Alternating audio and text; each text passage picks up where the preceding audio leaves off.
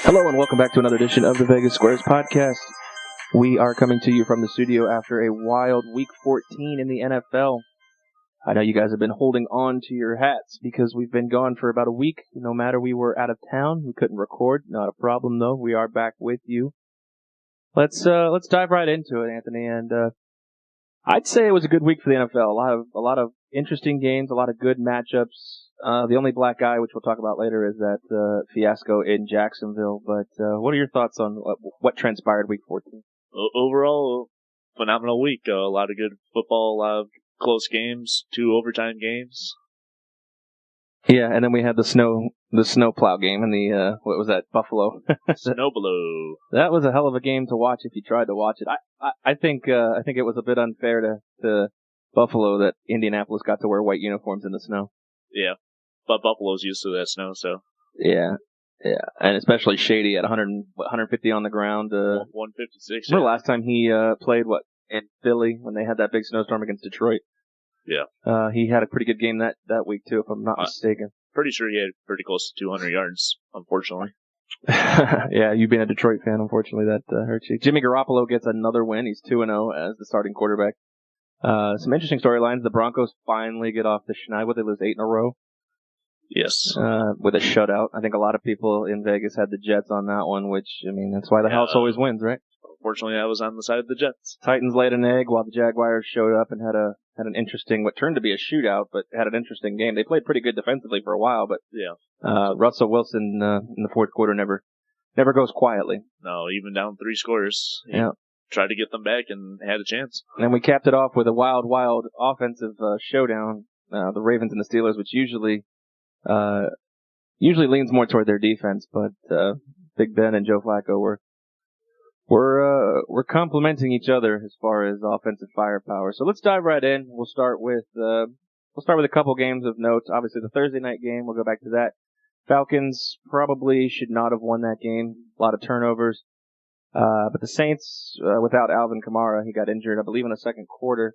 Yeah, early in the second, concussion protocol. Yeah, they just weren't able to capitalize on that, and now the Saints are 9-4. Tied with Carolina for first place in the division. Did you watch that game on Thursday night?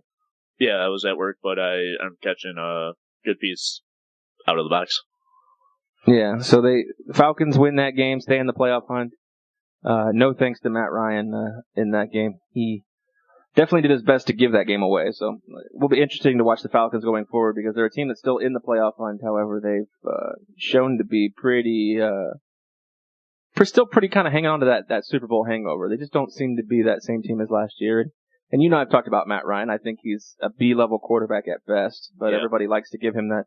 Obviously, he's coming off that MVP caliber season. Well, not caliber. He was the MVP.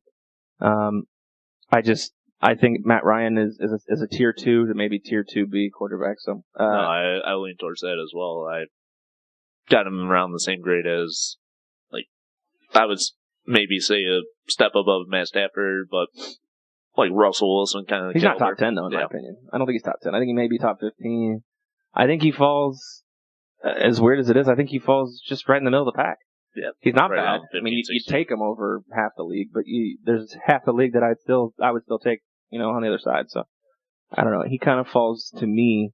Yeah, maybe in the Stafford, maybe in the Flacco, maybe even down to Eli right now. So we'll see. We'll see how he goes the rest of the way. See if they can avoid that hangover and maybe push their way. I think what relies on them getting into the playoffs is their defense, whether they can defense in their running game. Yeah. Freeman and now Coleman, I think he's got a concussion as well, so it'll be interesting to keep an eye on. Let's talk about that snow game and the Bills and the Colts. I mean, for what you could watch of it. Yeah. Nathan Peterman, half a game, had a touchdown, no picks, so might have something there.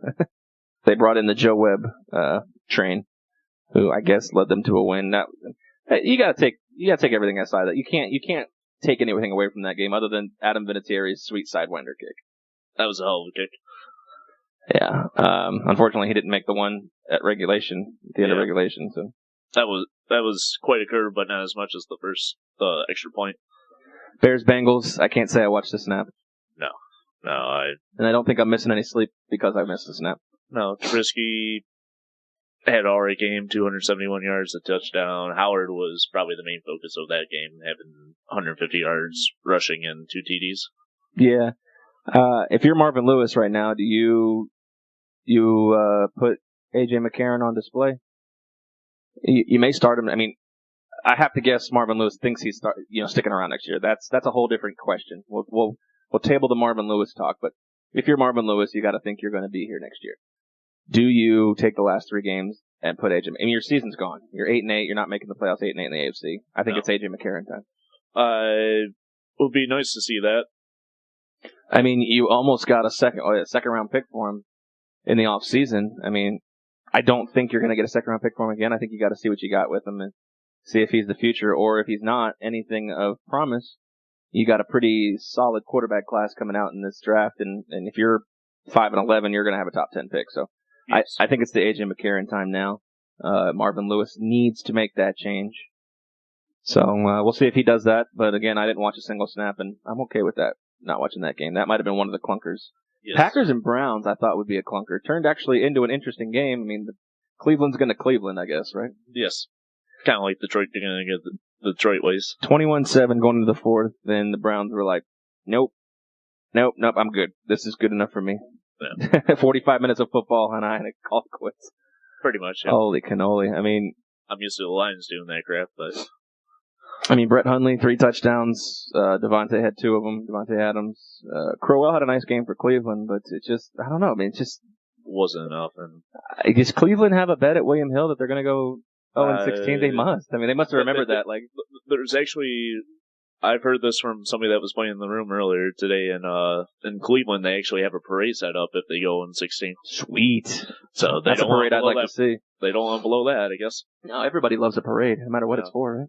Yeah. Chiefs Raiders. Chiefs finally win a game for the first time, or second time in 7 weeks. So they now have put a distance between themselves and Oakland. What's the tiebreaker if they end up tied? Because they both won a game against each other. Head-to-head would be the first, and then the next one would be the division, and then conference. Okay, so I don't know what the division records are for each of those two, but they've each split the series. I gotta say, the Chiefs and the Chargers game next week creates the biggest matchup for the rest of the season going forward, because if the Chiefs can get to 8-6, that puts it'll put the Chargers at 7-7, and the Raiders could be upwards of 7-7 at best. I think that one game will do wonders for them. So that was a big win for the Chiefs. They finally had to get off the schneid. Alex Smith had another clunker of a game, but Kareem Hunt played pretty well. I mean, the Raiders Derek Carr, I don't know. What is it with them? I mean, they were supposed to be, they really haven't lost anybody. They're supposed to be the favorite depending on who you ask, almost all the way up to the AFC, with the exception of New England. Yes. And, they signed Derek Carr to this big extension, and now they're a middle-of-the-road 6-7 playoff, or 6-7 team. So. Outside looking in, as of right now, the division records stand Kansas City Chiefs with the best at 3-1. Chargers are 2-2. Raiders are 2-3. Same with the Broncos at 2-3. So, do you think the Raiders' move to Vegas has anything to do with this, inside the players' minds? Or are they just not a good football team? I think they're kind of a mediocre football team that had high hopes and they crashed and burned. Just don't see them being a fantastic football team with all their issues. I think as of right now, it's primarily coaching issues. It might be. They might get rid of Del Rio. That'd be interesting. That'd be interesting to see in the offseason. It just seems like their season is there's not really a lot of off-field problems. Marshawn had that fight on the field, or pushing the ref, whatever you want to call it. Yes. They just don't seem to be a very good franchise. So, I don't know. We'll see. So, Eli was back this week, he has now started 211 of the last 212 football games. They showed that stat on the TV. I thought that was like the ultimate needle. Yeah. Cowboys won big anyways. Close game going to the fourth, 10-10. And Cowboys just turned on the Jets. 30-10 was the final. Cowboys stay in contention. Giants get edge closer to that number 1 pick. Yes. Prescott had a good game, 3 touchdowns. Rod Smith had 100 yards receiving as a running back. So Lions Bucks, that was bad football. It was bad. There was like 10 turnovers in that game. I think there might have been more. There may have been. It was pretty bad. Was there? Because I know the Bucks had 6. I don't know how many off the top of my head that the Lions had, but I know they at least counted for 4. It might have been 5. So there you go. So there's at least 10. Stafford had a lot of yards passing, which he normally does, but it was just no touchdowns as always. Oh, he had a touchdown. Well, one. I mean, that's more than what he had thrown for over 400 yards against Pittsburgh a couple weeks ago on Sunday night, where they couldn't score a touchdown to save their lives. But they win. Game-ending field goal. Well, there was a couple seconds left by Prater. That guy is just amazing. Yes. UCF, by the way. Yes, still in contention for the NFC North. Same with the Green Bay Packers. Are they really? I guess, yeah, because Minnesota went down 24-31. That's the next game on the docket here. Yes. Panthers played a good game. Jonathan Stewart had 3 touchdowns. Case Keenum, I think, still played well enough to keep the job. I absolutely agree. It's hard to win a lot of games when your defense gives them 31 points. Biggest play of that game, in my mind, was Newton having like a 60-plus yard rush to make it a goal situation and got the score at the end. Yeah, so that creates, obviously, a tie for first at the top of the NFC South. Vikings now slide to 10-3, back to second place in the NFC conference. The good thing for them is Wentz may or may not be out for the season with an ACL injury, so we'll talk about that in a little bit. 49ers and Texans. 49ers won 26-16. Didn't watch a snap of that game. Did have the under in that game with a buddy on a parlay. I lied. I did watch the end of that game because I was sweating the under, so I watched the last couple drives. TJ Yates was in the game after Tom Savage's hit that knocked him out with a concussion, which apparently is creating. I have to go back and look at it, but apparently there's an issue with it because he came back in the game for a series. So we might talk about that on a snippet, but I had to see. Yeah, I had the 49ers money line in this game. A little bit of sweat in the early going, and then slid back into the driver's seat towards the fourth quarter. I mean, Garoppolo, 334 and a touchdown. I mean, looking pretty good. Looking like a second-round pick was a bargain. Yeah. The question is, they got to sign him in the offseason, so that's going to be tough. Yeah. What value did you think he'll drive? I think he'll get into the 16 to 19 million a year range. Yeah, I was thinking 15, 18. Yeah, he'll get Kaepernick money, I think. So, because Kaepernick came off the books this year, I think that's exactly what they'll use to pay him. Yes. Unless he thinks he can leverage it into something like New York or Houston. Well, no, Houston's got Deshaun Watson, but somebody like New York, the Giants, or the Jets, if they're going to offer him, I don't think the Jets would, but New York, I could see New York offering him $20 million a year. I could, yeah. So whether he takes it, I mean, personally, I wouldn't want to play in California just because the taxes are outrageous. They're just as bad in New York. Yeah.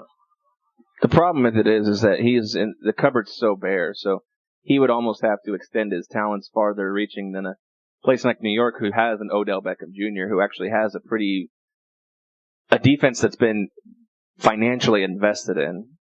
Sterling Shepard's an up-and-coming receiver. They need a running game, but I mean, there's a lot more in the cupboard in New York than there is in San Francisco right now, in my opinion. Yes. Jets Broncos. Broncos pitch a shutout. I don't think anybody saw that coming. I did pick them to win the game and cover the 1-point spread. So kudos to me on that. But Broncos, I guess that's a good way to get off the schneid. Trevor Siemian had an okay game. Not really much else there, to talk about in that game. But congrats to the Broncos. You're 4-9 now. Yeah, Broncos defense looked pretty decent. Stinker of the week. It's got to be the Titans. Yes, I had the Titans -7 in that game, or -3 in that game, actually. Yeah, well, whatever you had minus, it was no good because the Cardinals, with 4 field goals, yes, took care of business. Yes. No Peterson in that game. No Peterson, no Palmer, just no hope, and they still win. So yeah, Fitzgerald being the leading receiver with only 44 yards is a pretty shell performance. Yeah, I don't think anybody was must see TV with that. So no. Redskins Chargers, right out of the gate, it was never competitive. Redskins are now eliminated from playoff contention. Now they've got to worry about what do they do with Gruden, what do they do with Cousins. So we'll see with that. I mean, a lot of off-season talk up ahead. for them, whether it happens before the end of the season or. So yeah, I mean, Cousins has got to decide at this point in time what he thinks he's going to do. He hasn't been playing very well the last couple of weeks, so I don't know if that's hurting his value on the market. Yeah, do you see the Chargers making a run for the playoffs if they somehow sneak in the wild card or win the division? Oh, they're a solid team. Their defense is really good. I mean, Bosa and Ingram, around the ends is dangerous for anybody. That's kind of what Houston wanted to do with Watt and Clowney. They can never get them on the field at the same time. I think Gordon's a good fit for that team. Melvin Gordon's a good fit. They got good receivers. And Phillip Rivers, I mean, he knows what it takes to win. The big game, I think, that defines their season is next week in Arrowhead. If they go to 7-7 right there, I think 9-7 doesn't get it done unless Kansas City falls off. But I think the winner of that game is going to win the division and subsequently take the only playoff spot for the AFC West.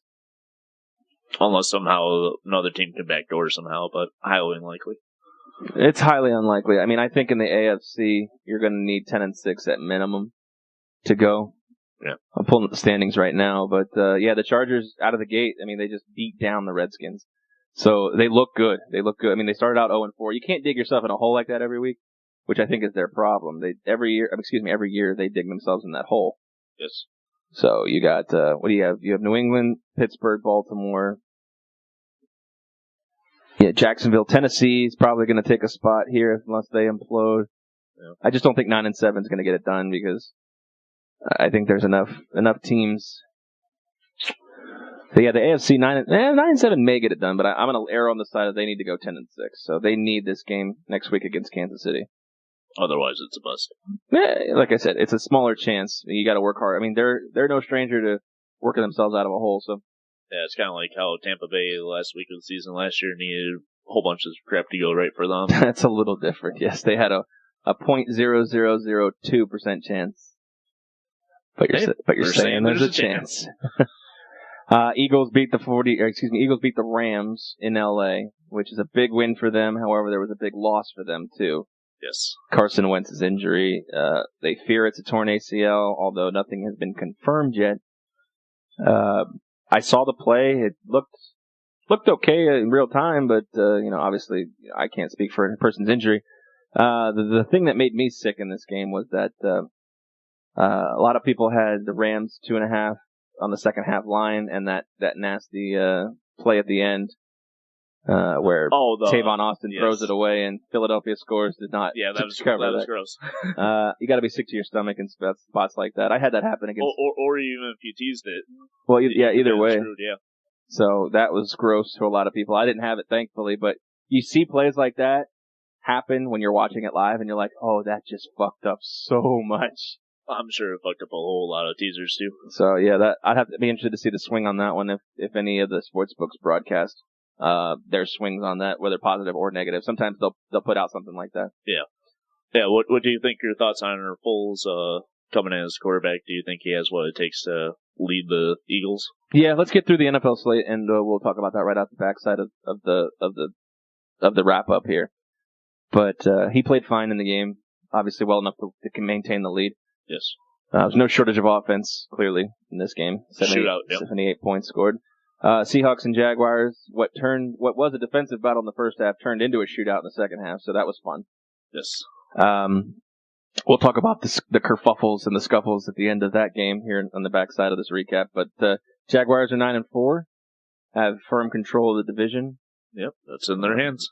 And I like the way I have a lot of arguments. I'm a big Blake Bortles defender, but he did everything he could to win this game. Him and Fournette and the safeties and the defense got a little suspect at the end, but they held on for the win.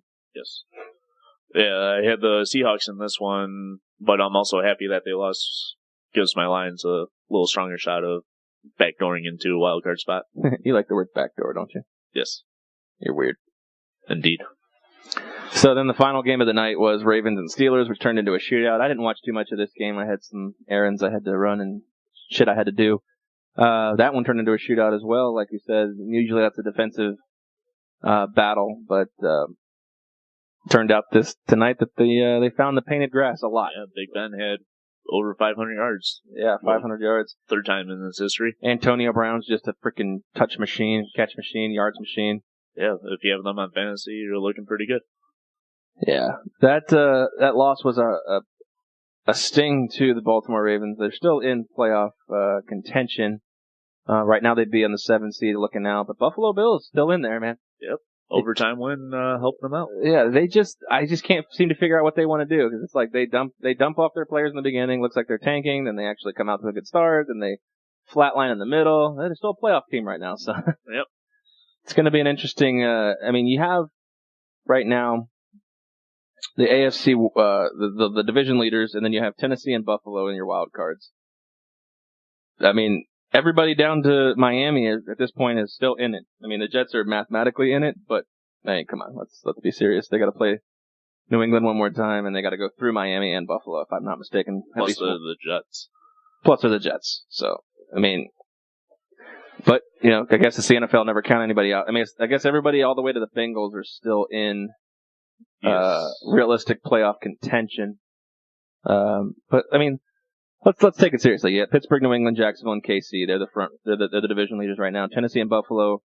I mean, you have Tennessee, Buffalo, Los Angeles, Oakland, and Miami. I mean, who do you realistically see getting those last two spots? Honestly, probably Tennessee and maybe Baltimore are like one of the AFC West teams. Maybe Buffalo sneaks in. It's tough. It's really hard to see. None of those teams are very good. They're just average. I think LA. Let's take a bet right now. I'll let you take the team. AFC West champion. I'll let you take the team. I'll take the other team for $20. $20 straight up. I will take the Chiefs. All right, I'll take LA. The only reason why I'm taking the Chiefs is because LA, out of the last 9 times, has not beaten the Chiefs except for twice. And they're playing at Arrowhead. Any given Sunday, my friend. $20. I'll take the LA Chargers as your new AFC West 2017 champions. So that'd be a fun one to keep an eye on in today's podcast. So.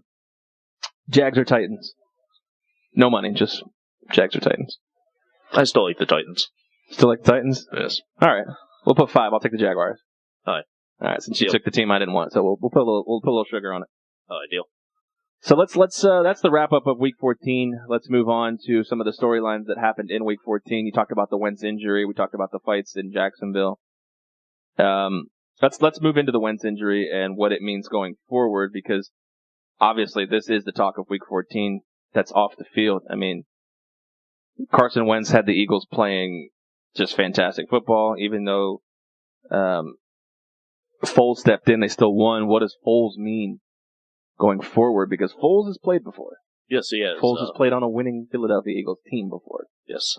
Albeit under Chip Kelly. But what are your thoughts on the difference between Wentz and Foles?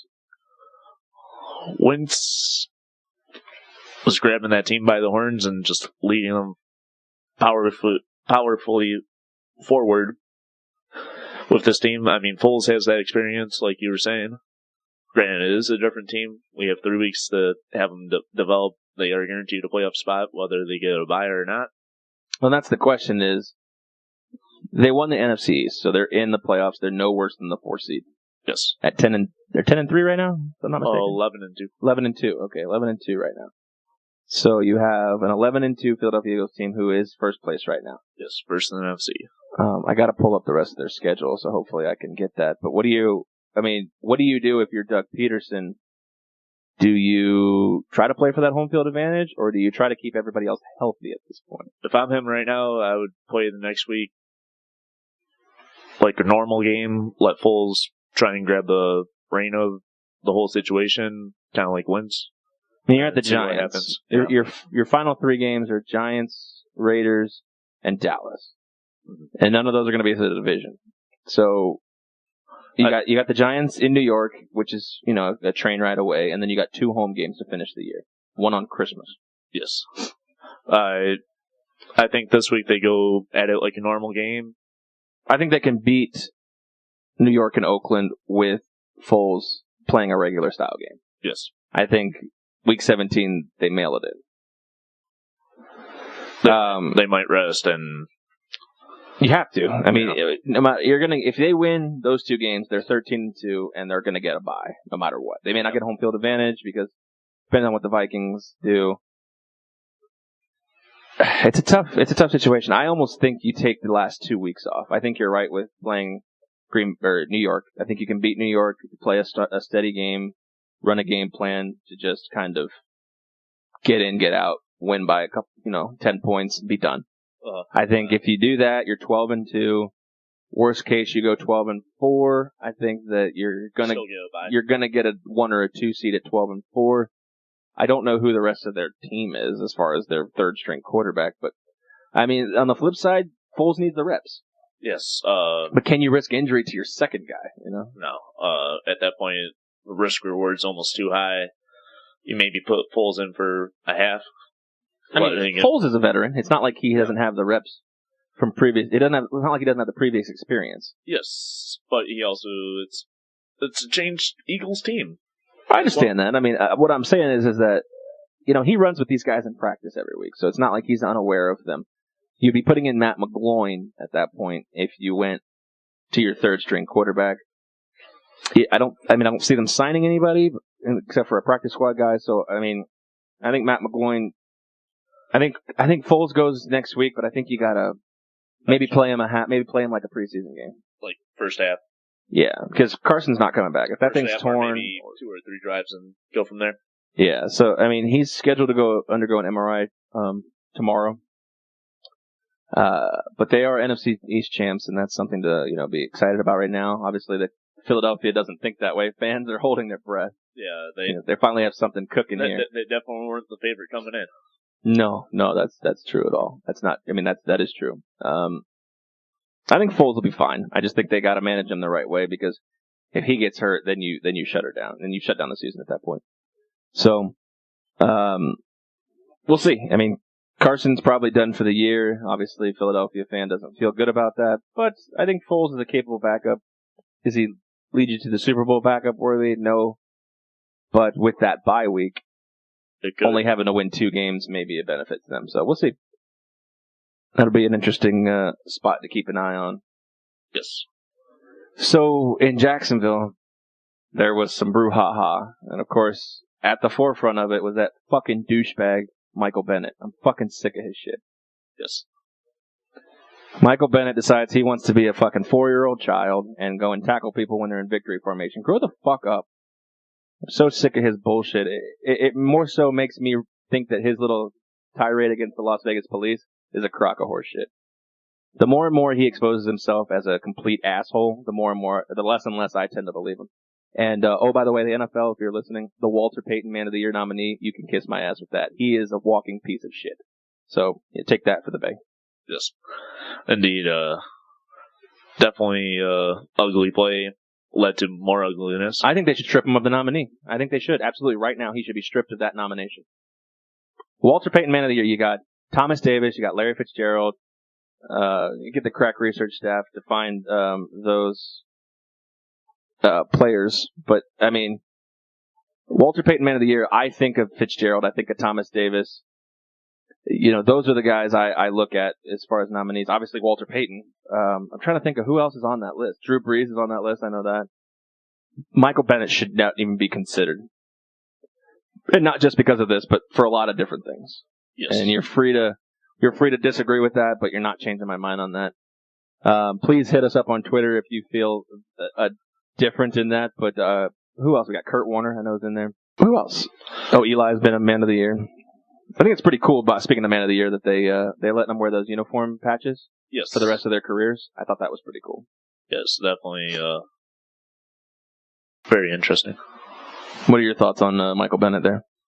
I know I have probably a bigger distaste in my mouth for him than you do, but I just think that's just classless. I'm looking at the nominees this year. Even a guy like Bruce Irvin, who's had a checkered past, has basically turned his life around. You got, guys like Michael Johnson, who's had trouble in the past, but it starts on the field. Let's call it what it is. It starts on the field. It starts on the field, and Benjamin Watson is always every year a good candidate. He plays for the Ravens. Yes. Tight end. Look at these guys. Alex Smith's another good guy. Kyle Rudolph, Kenny Stills. Quincy Enunwa is not even on the field, but he's, creating a lot of good things in his charity. Malcolm Jenkins. You want to talk about, if you're going to have an issue with me with this protesting guy, Malcolm Jenkins, the guy I don't have a problem with, he protests. He does it the right way. He doesn't act like an asshole in the field like Michael Bennett. Mm-hmm. Michael Bennett kind of looks like Osama bin Laden. Have you ever looked at that? Yes. He kind of looks like Bin Laden. I don't know. Just to me, he looks like a fucking scumbag. Fuck him. Anywho, that's about enough publicity as I want to give to Michael Bennett in this spot, so he can go fuck himself, basically. So that's you got players like Michael Jenkins, like you were saying, Kyle Rudolph. Yeah, Malcolm Jenkins. Yeah. Well, that's all I have to say about that. Yeah. So I'm not going to give him any more publicity because he should be. I'm going to call for I'll probably put a hashtag or something on Twitter. He should be taken off the nominees. I mean, I understand what he did in the grand scheme of things is not, so bad. If you're in a victory formation, you've lost the game, and you're tackling a lineman from behind. That's cheaply dirty, risk injury. Yeah, but it's just par for the course with the Seahawks. It just seems like they've always been like that in the last 4 or 5 years. It's that scumbag. It's the scumbaggy defense. And Sherman and Chancellor. Chancellor's a good dude. But Sherman and fucking all those motherfuckers are just scum. Yes. And I'll tell them to their fucking face. I know I'm never going to get a chance to, so. But probably the only unlikely dirty player that I could think of besides Chancellor on that defense is Cliff Averill. And he's pretty dirty sometimes. Yeah, but I mean, he likes to showboat and dance on the field, and they like to pull their shit and their stunts. They're just a complete collective. Like, you won 1 Super Bowl, congratulations. Great for you. You beat Manning, blah blah blah. But I mean, fucking act like you've been there, man. Yeah. I tweeted at Richard Sherman after this happened, and obviously he's not going to tweet me back. So I'd love to see his defense of this one. So he's been relatively quiet. I've been watching his Twitter. He hasn't had anything to say. But usually he has an opinion on everything. I haven't seen anything from him, so we'll see if something comes out tomorrow after he's had a chance to digest all of that. Yeah. So Roger Goodell, minus that black eye, I think overall they had a good week, and couldn't have come at a better time for him after signing a $200 million extension. Yeah, 5-year extension, $40 million per year. Not too shabby, eh? Did he get his private jet? I can't remember. Did he get his private jet in his healthcare? I don't think the jet was included, but I think the healthcare was. Oh, well. Let me. That's not a big deal. That, the research. I don't care that much. I was just curious because I know that was the big sticking point with Jerry Jones. You want a private jet? Huh? You can't have a private jet. We need a leader. So, I mean, Goodell's been around for what, 10 years? Almost? Yes, I mean, as a commissioner. Not decade, yeah. Yeah, so if you had to give him a grade, A to F, for 10 years of being an NFL commissioner. Since 2006, actually. So, yeah, this would be his 11th year. I would say C+, B-, something around there. Why is that? I mean, he's handled everything moderately, nothing too far outstanding. Well, you have to take out the big things. You have Deflategate, you have Bountygate, and you have the Ray Rice issue. Those were the big 3 key, points in his tenure here. That's the big 3 points in his tenure. Obviously, depending on who you are, well, I guess you could put Ezekiel Elliott in that too. Mm-hmm. I mean, if you're a Patriots fan, obviously Goodell's, an idiot. However, I may argue to the other side of that, but it definitely hasn't been without controversy. I mean, the NFL's never been more popular. The revenue's never been higher. We have games overseas in England, Mexico City, But like I said, we've got Bountygate, we've got Deflategate, we've got Ray Rice, we've got Ezekiel Elliott. I would give him a B+. I think he needs to relinquish control of disciplinary issues. But other than that, I think he's been fine. Yes. I think he's been more than adequate as a replacement to Tagliabue. I think he's better than Tagliabue. Tagliabue was more of a players guy, and the league got a little out of control for a while. Goodell roped it in. He does have some issues. I think he can sit on a board for discipline, but I don't think he can be the final voice of reason. Because he's clearly shown that he can't generate consistency. You know what I'm saying? You got Ray Rice for 2 games, then the video comes out, and then he never plays it down again. Then you got Ezekiel Elliott, who may or may not have done anything at all, and had a cover-up against him, and he gets 6 games. And then you have Brady, who they really couldn't find, significant evidence. He gets 4 games, 2 years down the road. Yes. You just have a lot of inconsistencies. So with that, I think relinquishing control should have been part of his, should be part of the next collective bargaining agreement. And the only way that obviously that's going to get done is if the players actually take a stand and don't play, which let's face it, they're not going to forfeit paychecks to. No, definitely not. It's worth too much for them. Right. So I'd give him a B+. I think the NFL's never been more popular. I think he needs to rope in these protests. Because when I say the NFL is never popular, I mean, it is trending downward at this point. Yes. So, I'm with the protest. I mean, I don't like them. It's whatever. I turn it off until that starts, or I turn on the game, first quarter. Mm-hmm. But I'm in the minority in that of people who disagree with the protest. And eventually, if it starts getting into the games, then yes, people like me are going to turn it off. Because there are things I can do on a Sunday. I can go play poker. I can go hiking. I can go do other things. Yeah. I'm a Patriots fan. Let's get it. I watch the Patriots games. But every other game, it's just pure gambling and fantasy football. If I shut down fantasy football and I stop gambling, I would probably stop watching the NFL. I absolutely And I think I'm not in the minority in that. And there's a lot of people that have other things to do in their life that would stop watching the NFL and take these issues or these things they need to do and make them more of a priority. Get things done around the house, go do errands, get yourself set up for the next week. But today, I had action on some of the games, and that's really, I'm in the fantasy football, one of them I'm in the playoffs, one of them I'm in the toilet bowl, but I can make money in both. Yes. So, I'm still watching the games for those reasons. But if you take away fantasy football for me, I can still pretty much about it. Well, I can still bet sports and not watch it. Oh, absolutely, yeah. You know what I'm saying? So I think Goodell needs to take a more firm stance against this, and I think with his new 5-year contract, he just might. Let's move into baseball a little bit. It's been a week for baseball to make some headlines. Stanton, obviously the big one. Yes. Traded to the Yankees, and the Angels signing. I'm going to butcher this name. Shohei Ohtani. Sounds about right. Shohei Ohtani. Yeah. Shohei Tamane. He's a pitcher, but he's got a batting talent as well. Yeah. We got crack racer stuff. Hey Nick, can you get me Ohtani's contract? Yes. Yeah. So we'll see. We'll get the crack racer stuff on that. I don't have his, but Stanton's got 10 years, $295 left on his deal. I smell conspiracy here, dude. Walk the timeline with me. You got Derek Jeter retiring, puts together a group to buy the Marlins, ships Stanton to the Yankees. Is the MLB not going to investigate that at all? I guess obviously they have to assume that they would do a vetting process with Derek Jeter, but it's like one of his instant moves as the new vice president or whatever the fuck his title is. It's one of his first moves, which just to me seems fishy. I know changed a lot of odd makers' decisions on the Angels. They dropped from 50-1 to 30-1 to win the series. Yeah, it looks like the details of Ohtani's contract aren't made public just yet. Saying a deal could be made up to $100 million from what I see. So let's talk about Stanton before we move over to Ohtani. But what are your thoughts on Jeter's move here? I don't know. It just seems shady to me. Maybe that's my Sox fan showing, but seems greedy. I think it's a good piece of the puzzle the Yankees need. Of course. Who doesn't want a guy with 60 home runs and 150 RBIs or whatever he had? Something ridiculous like that, yeah. Yeah, a piece of the puzzle. He's a piece of the puzzle for everybody.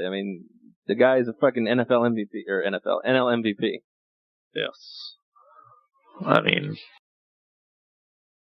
Could you imagine? Now we're going to look at Stanton and Judge in the same lineup. It's going to be incredible. Yeah, so I think who's going to bat third? Who's going to bat fourth? Well, I think they're interchangeable at that point. I honestly, if you think about it, if you're Aaron Boone, I would bat 1/3 and 1/6. Yeah, that'd be the smartest thing. Third or fifth or sixth. Place him in the lineup. Yeah. You had a good offense without Stanton. Put him in a spot where he can, hit with more runners on base and take your fourth and fifth guys. And I'd put Stanton third and Judge fifth. Sounds like. And then put a guy in the fourth spot who can drive in runs, but maybe he's not a power hitter, like Gregorius or Aaron Hicks or even maybe Gary Sanchez. Yeah, somebody with. Gary Sanchez is a power hitter, but I'm saying he can also get on base. Yeah, somebody with big OBS. Yeah, but you got Sanchez, Stanton, and Judge in the middle of that lineup, so it's gonna be an interesting to watch. Red Sox got to make a move here, and I don't know what's on the table for them.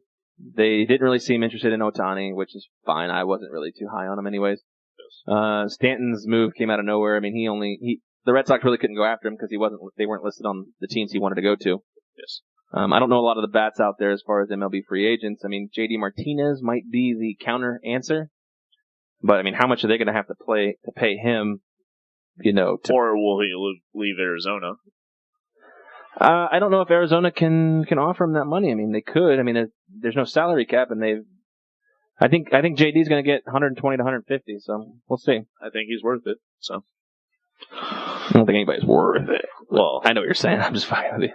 Compared to all the other, I think he's worth that big long-term contract.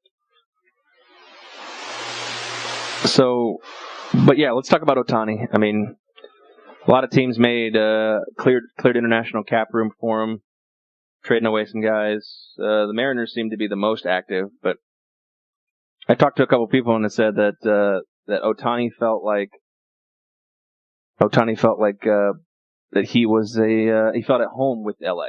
So, I mean, you pair him with Mike Trout. Is this guy really going to pitch as much as they say? It sounds like he's going to be like a switch, like somebody that can pitch as well as bat. So he might be like a DH sometimes, or well, he's going to play the field when he's not pitching. But the thing is when he's pitching, he takes the DH away. He bats in the DH spot, which is fine. I just don't know if, a lot of guys when they're pitching, you don't really want to have to be bothered by, at bats. So I don't know. It's an interesting conundrum. I don't think we've had that in Major League in a long time, if at all. I mean, not in my lifetime. I don't remember the last time a pitcher hit in the American League. It's been a while. It has to have been. I don't know if anybody knows that. If you do know that, hit us up on Twitter at Vegas Squares, because I'm interested to see when the last American League pitcher to bat in a non-interleague game. That's going to be an interesting one for me. So let's see. We got Ohtani signing. Stanton traded to the Yankees. Obviously, those are the big moves of the week. Anytime the MLB can stay relevant during football season, they need to. So, good for them. What are your thoughts on the winter meetings coming up? Is there anybody? Obviously, the notable free agents: Darvish, Martinez, Hosmer, Arrieta. Guys like that are going to be moving teams. Yeah, I don't see Darvish sticking with LA. No, I wonder if he'll go back to Texas. To be honest with you, I can see that being a possibility. We had the Hall of Fame voting as well. I know Andrew, a buddy of mine, wants to talk about that, so we'll have that on a different podcast. Who needs what? I mean, you got to look at Texas. Obviously, I think is going to be the front runner for Darvish. Ohtani and Stanton are moved. Archer is going to be an interesting one. He may be moved in the middle of the year. Teams could use a nice, solid right-handed pitcher. The Astros, I mean, what do they need? They had a pretty good team top to bottom. I guess relief pitching would be theirs. Maybe a Wade Davis could go to Houston if they decide they want to do that. The Red Sox are the ones right now who are on the clock, really. And unfortunately, I don't think they really need a lot. But when you get Giancarlo Stanton acquired into your division, and especially if it's the Yankees, I think they got to make a move. The question is, do they want to go righty or lefty? I think JD makes sense. But their third basemen haven't been great since Mike Lowell left. I mean, they had Pablo Sandoval, who was a dump. Devers came on this year, and he looks like the third baseman of the future. So the question is, where do you put JD? If you sign him, I guess you put him in the DH. I like Hosmer as a DH, especially left field, short porch. I mean, you could go after both of them, but you need a bat because they were last in the MLB in home runs last year. They need a bat. They need some power. They need to fill that DH spot. Unless they can convince David Ortiz to come out of retirement. Unlikely, but going back to the American League pitcher, last one to be on a scorecard was Andy Sonnenstein, Tampa Bay's pitcher back in 2009. It was scorecard. Andy Sonnenstein, I remember that. I remember him. And that was when Joe Madden was coaching. There was no known American League pitcher to be official DH hitter since the 76 season. Wow. So there you go. I mean, so this is he's gonna be an interesting wrinkle in what Mike Scioscia does. I mean, it could be a game time decision whether he puts a GH instead. Well, when he pitches, he's gonna hit. I would imagine, unless he's just terrible at the beginning of the year and go from there. If he's just terrible when he pitches, and if he's terrible at the plate when he pitches, then they may go do something else. But the question is I mean, he's subjected to be a starter. The question is, I think he may make more sense as a reliever if he's better. I don't know anything about this Ohtani guy as far as his play, but you put him in. You know, he plays the field for 6 innings. You put him in for 2 innings. It's in Scioscia's hands right now, so I'll be interested to see what he does. Yes. Definitely a good piece of the puzzle for the Los Angeles Angels and all their fans. I think it will get their expectations up high for the season coming up. And they won't waste Trout's formative years, so they're gonna try to get a guy to help him out. And how much longer are they on with Pujols? I want to say it's a year or 2 more on the contract. Whenever they're done with Pujols, then they'll really have the ability to open up and spend some money. So, be interesting MLB season. Obviously, we'll keep you up to date with that. With things going on, the winter meetings start tomorrow in Orlando. So we'll be talking about that with a couple of guys who follow the MLB, and we'll get their takes and their thoughts on that in the next few weeks as the hot stove begins to heat up. Yep. So, any good podcast? Any thoughts? I know we've been gone for a week, but any thoughts that happened this last week that you've been wanting to say, but we haven't been able to do it? Just a big week of pro football. Great prior week of college football, making a lot of dents in the playoff race, as well as dreams being crushed. Well, this has been another edition of the Vegas Squares podcast. We've had a great time. Hope you enjoyed tuning in, and check us out. We'll have some snippets up for you throughout the course of this week. We'll be putting them on the website. You can follow us on all our social media outlets, Twitter, Facebook, Instagram. We're on iTunes. You can check us out, or you can check us out at the website at vegassquares.com. Click the podcast tabs to listen. And thanks for tuning in. Catch you on the next time.